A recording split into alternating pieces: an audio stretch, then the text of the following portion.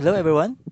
Ngayon sa video natin dito sa PogPay ay papakita natin kung paano mag-activate ng ating physical card.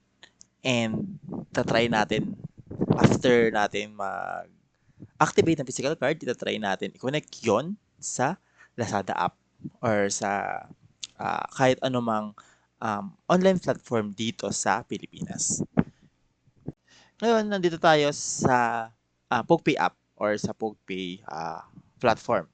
So, makikita natin dito yung balance and makikita natin dito sa card tab yung ah, virtual card details natin. Siyempre, naka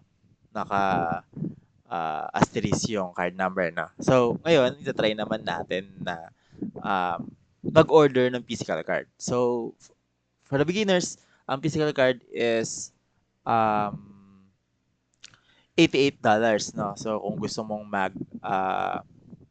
mag-activate ng physical card, kailangan mo ng $88 or sumali ka sa mga online raffle or sa mga giveaway ng PogPay app or ng PogPay um, Twitter account. So, punta ka lang sa Twitter, search mo lang yung PogPay and makikita mo doon sa page na yon yung iba't ibang klaseng giveaway. Minsan, nagpapag-giveaway sila ng ah, libreng physical card. So, physical card, kailangan mo lang ng details mo.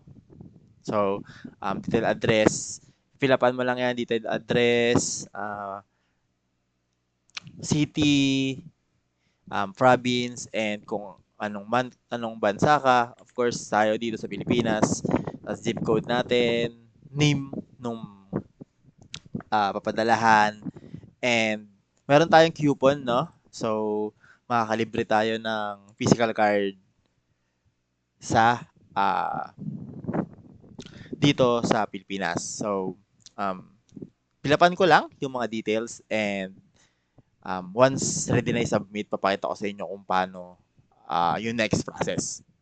Ngayon, dahil tapos na lahat ng details, pwede natin i-submit yung application natin. Submit, kailangan lang natin ng verification code, again, galing sa email natin. So, kuha lang tayo ng code, sentayin natin, dumating yung code sa email,